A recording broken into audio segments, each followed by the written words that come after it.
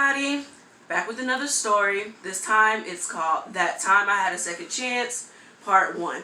All of these are my words. I have not duplicated them, so please don't duplicate me. Alright, you ready? I barely remember the call. Hell, I don't even know what I said to them.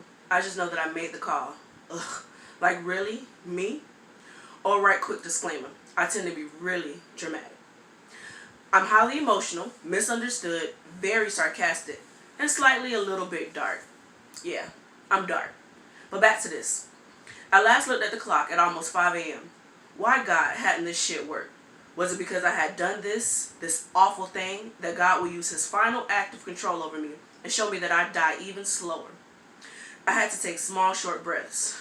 Hell, I had no choice but to take small, short breaths. I couldn't fucking breathe. Okay.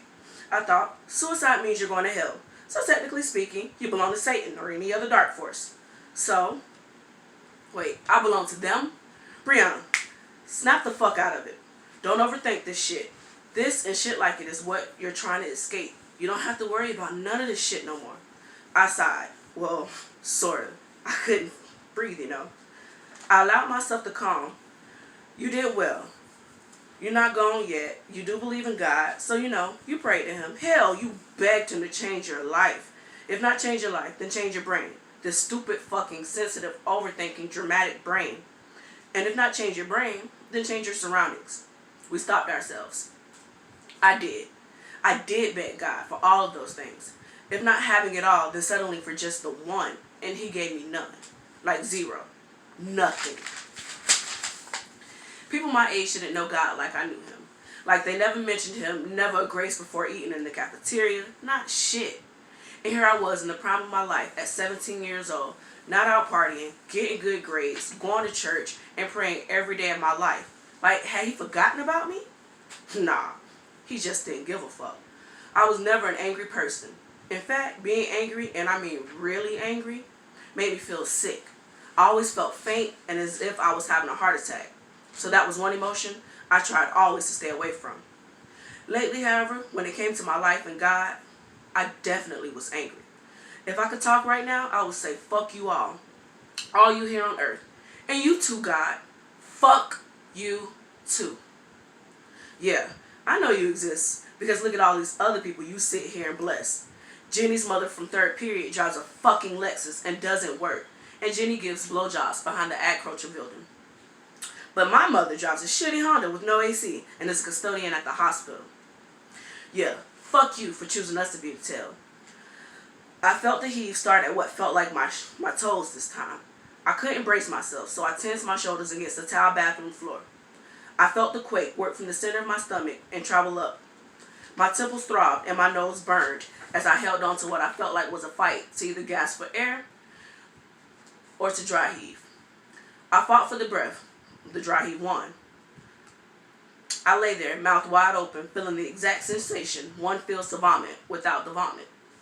I curled up in a ball and let my body just lurch forward with what would be either liquid or chunks. I only had excruciating air. I gasped for air to inhale. I wiped my mouth. I guess by now I'd have it. The actual vomit had stopped hours ago. This only angered me more.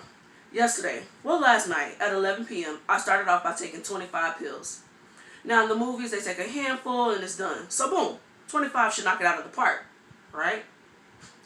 I had written my letters to everyone I love, had given away a few things, made a few calls, and listened to my favorite songs. So, naturally, this thing should have been over by midnight, right?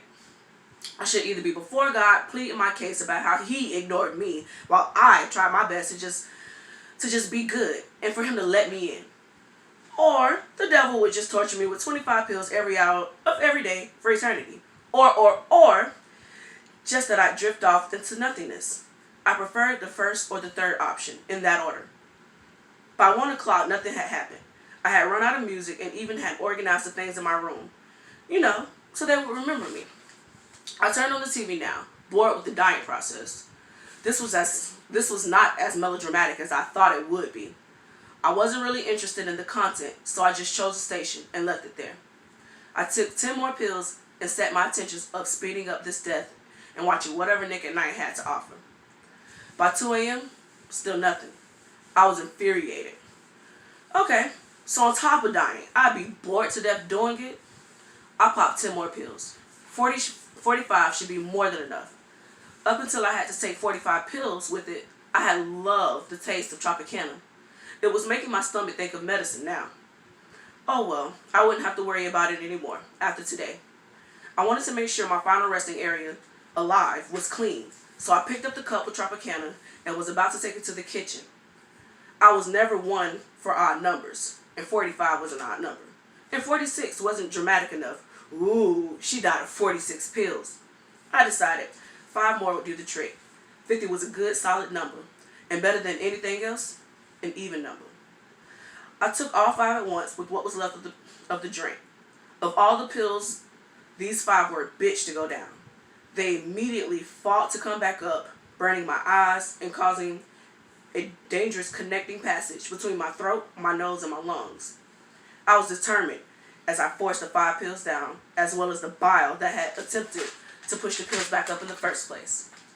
I grabbed the cup, feeling great at my defeation of the pills. Each step I took towards the kitchen made me acknowledge how weak I was. Yes, I thought, the pills are working. It felt a bit sloppy, but I managed to make it to the kitchen and back to my room to die in peace. You ever feel it while you sleep? You know, that feeling that your body is not dead the fuck out, but something in you wants to come up and will by any means necessary. So it gives a rumbling warning. Or if you're in a dream state, you mention it? No? Well, that's where I was. 1, I was disappointed to realize I was waking up. And I was waking up in the same room, not dead, not nothing, just waking the fuck up. 2, my entire body was sweating and my stomach was heaving. Badly. I bolted up and made my way to the bathroom. I was right on time. It wasn't a second later that I made it to the toilet before all of yesterday's lunch had made its way up. I wasn't expecting this shit. I heaved much, much more than I thought I ate, but the corn from that cob was unmistakable and a bitch to come up. I cried into the porcelain bowl. What the hell? Did I also have food poisoning? I let my head rest for a few minutes, and then I slowly picked myself up and cleaned up my mess. I shakily made my way back to my room. Thank God I wouldn't have to feel this shit anymore. I hated this feeling. I was able to drift back off to sleep. That is, until the next wave hit. It was the same feeling and process as before. More corn, and this time, little pieces of white rice floated in the porcelain circle. I used much too much energy this time and could almost not make it back to my room. The suicide notes I had laid perfectly out on the bed were now being crumbled with what felt like a drunken body. I could hear the papers flattening beneath my weight, but I didn't care.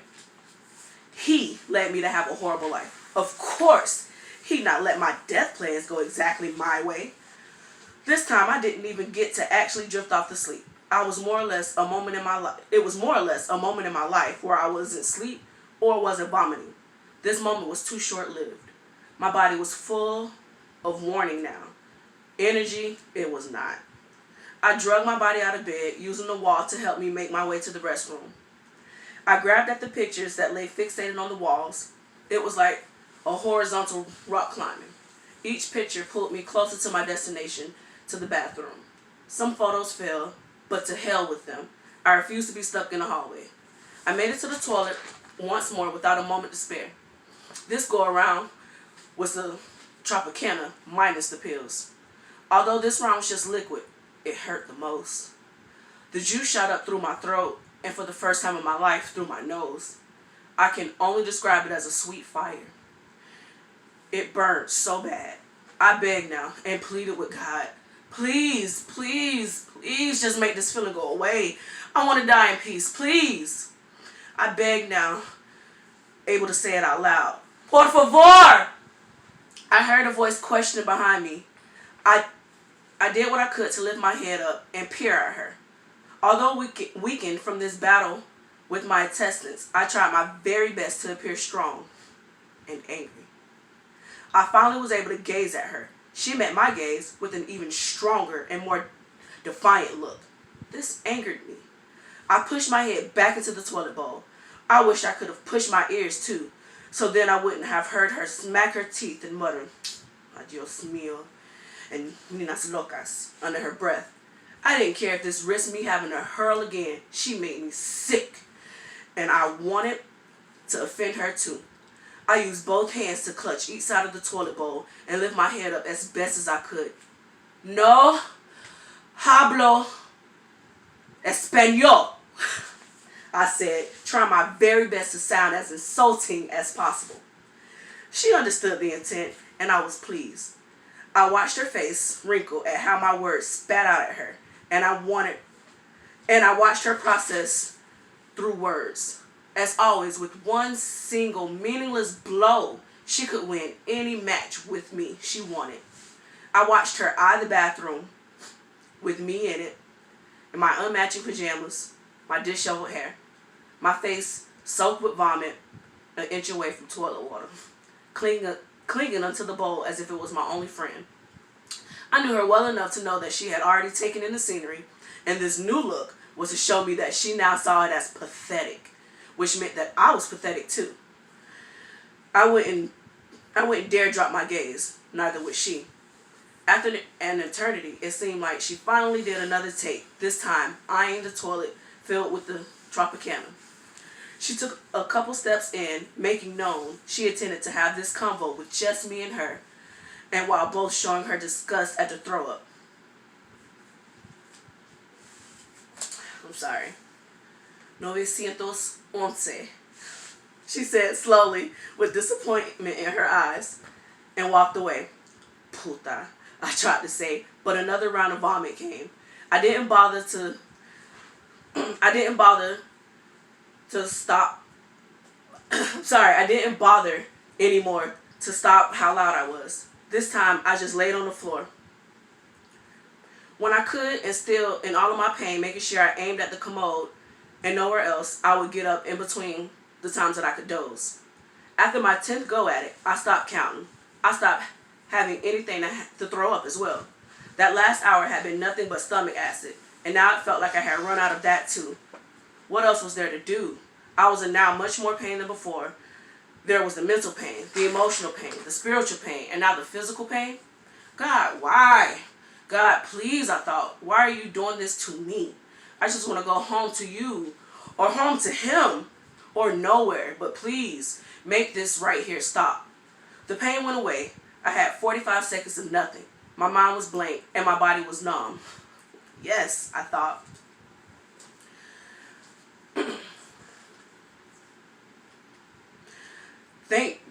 Thank God for just this once. Nah, I projected again. More stomach acid. I even managed to miss the toilet. The tears were here now. I felt so cursed. I grabbed a hanging towel and wiped the goo and the tears that were mixing in it. God, I know you hate me, but I still love you. Thanks for nothing, I thought, and heaved once more. The last heave brought me to my knees, and I lurched forward, trying to stop what seemed like my spirit from jumping from my throat. Simultaneously, my cell phone dropped from my pocket and onto the floor. I didn't realize I even had it. I looked down, and the small silver flip phone, and heard my mama's voice. 911. I wanted to swat the phone away, but I had no energy. I laid my head on the circular bowl and allowed myself to drift back into unconsciousness. I heaved now, just heavy, smothering air. I was dying, and this wasn't how I wanted to do it. It hurt so bad. Why was my body turning on me? Why wasn't I asleep now? Why wasn't I dead? My body was dehydrated. It had to be. I couldn't even form tears, although I know I was crying. I heaved no vomit, and I produced no tears, yet my body moved as if I could do both. The small silver phone seemed to shine now. God, I didn't want to die this way. No, not this way. I picked up the phone. It took so much energy to dial the 3 numbers, and even more to talk to dispatch. 4763. I said it into the phone again, trying to tell her my address. I couldn't. I tried. This was how I died, in the bathroom, in the sea of my own vomit. The bathroom finally stopped spinning, and the fading slowly started to go away.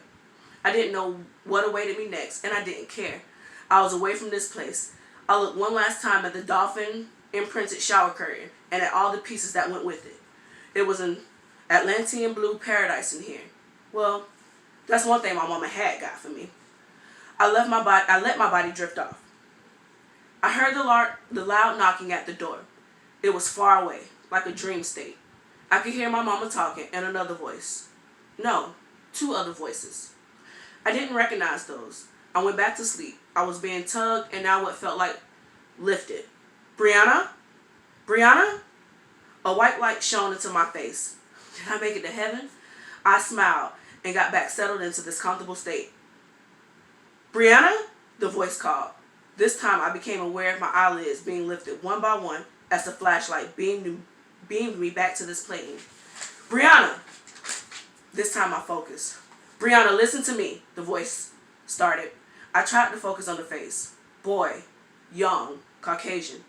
I thought and felt my body overcome with that same feeling, calling me to what I just knew would be the best sleep of my life. No, Brianna, stay with me, the young face said. I need to know if you've taken any of these pills. He produced the brown bottle minus the white top. I just wanted to sleep. Brianna, did you take any of these pills? His voice was impatient now, and his tone interrupted my passing. I shook my head yes, and attempted to go back to sleep. How many did you take? I heard him, but this sleep was too good to be true. It felt heavy and lazy and deep and forever. He shook me hard and snapped his fingers. How many did you take, Brianna? My hands lay by my side in a ball. It took so much strength to unclench them. I had managed to free 2 fingers, and he asked me, 2, Brianna? Was it only 2? I tried to shake my head no. I managed to free my other 3 fingers. 5? He questioned. I shook my head again. I tried my best to show him my palm with all 5 fingers spread out, keeping my other hand balled up into what, in my opinion, was a 0. 25 pills, Brianna? He sounded worried now. I managed with more energy to shake my head no. More than 25, Brianna? He sounded devastated now. I shook my head yes. My eyes were back closed, but I heard the fear in his voice. Oh God, I hope we're not too late. I could hear him bang on the window that held my mama and the ambulance driver. Paul, hurry up, man. I think this kid is about to OD. Okay? I heard the proud voice say, and this inspired me to look up at the clear rectangular sliding window into the face that hated me most. My mother didn't look like herself. She looked a stranger, to say the least. That proud Puerto Rican fire that always seemed to shine no matter the situation or circumstance seemed to be out. Only smoke remained. Smoke and what appeared to be worry. For a fleeting second, I felt bad about what I had done. Maybe she did care. Maybe she really did mean it when she said she loved me. But it was too late now. She had so many chances to show me that, but she only gave me tough love. As bad as it seemed, I smiled. Yep, I smiled at her and her worry. So what, I thought. I couldn't wait to leave, and I didn't care where I was going as long as it was away from here. My mama seemed to flinch at my smile. I allowed that deep sleep sensation to overcome me again. Wrap it up, she yelled as I drifted off, and I could hear the sirens of my final ride. Alright, so that's the end for part 1. As always, I got another sneak peek to another story. So I'm going to get started on that one for you guys. Really quick. This one, the sneak peek, is to the time that I was scared.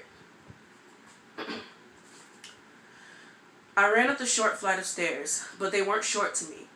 In fact, this specific flight of stairs led me to my secret flight of stairs that would lead me out of the kingdom and into the magical world of Eden, where no one could hurt me. I ran as fast as I could up the stairs, ducking and dodging the dragons that blew their fire at me.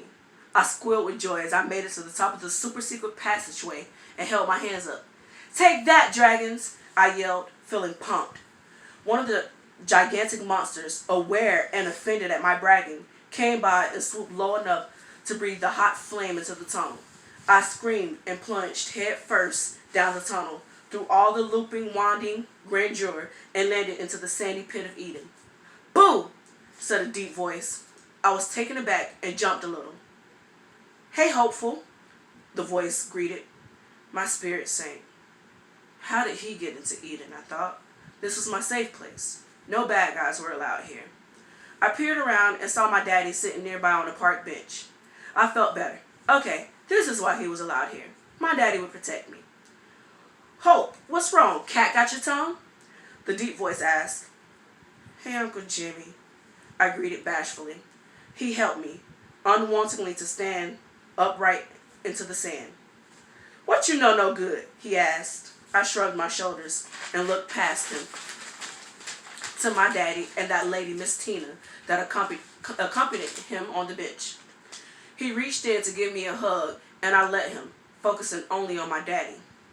After what seemed like an embrace that lasted too long, he finally let me go, and I ran to go join my daddy. They were so lost in conversation that they didn't even notice me. Miss Tina sat with her hand on my daddy's lap, and I didn't like it. I ran and jumped into his lap, not caring if I smashed her ugly old fingers. Ugh! Hey, Angel, he said, adjusting me. You remember Miss Tina from church, don't you? I eyeballed the lady. Hello, little Hope, she greeted with a stupid smile. I continued my eyeball. I don't know why I didn't like her. I never did, and Mama didn't either. In fact, I was starting to hate coming to the park because she was always here, and she didn't even have kids. Hope, my daddy warned. Did you hear an adult talking to you? I stopped my glare for the moment and looked up at my daddy innocently. Yes, sir, I answered. Oh, John, it's okay, the lady tried. She probably just don't remember me is all. I looked back at her.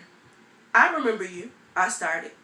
You used to be married to Mr. Rick, and you used to be married to Mr. Aaron, and you used to be married to Mr. Cecil, I quoted. I could see the shame flash across her face. I wasn't sure why this bothered her so much, but when Mama said it, it seemed bad, so I thought I'd use it too now. Daddy turned me towards him. What have I told you about being a grown folks' business?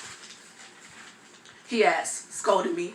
I looked out of the corner of my eye to see if she was happy I was being punished. She only seemed sad. I'm sorry, I mumbled. At that moment, Uncle Jimmy walked over. Uh-oh, hopefully, you being naughty? I laid my face into my daddy's neck to avoid answering.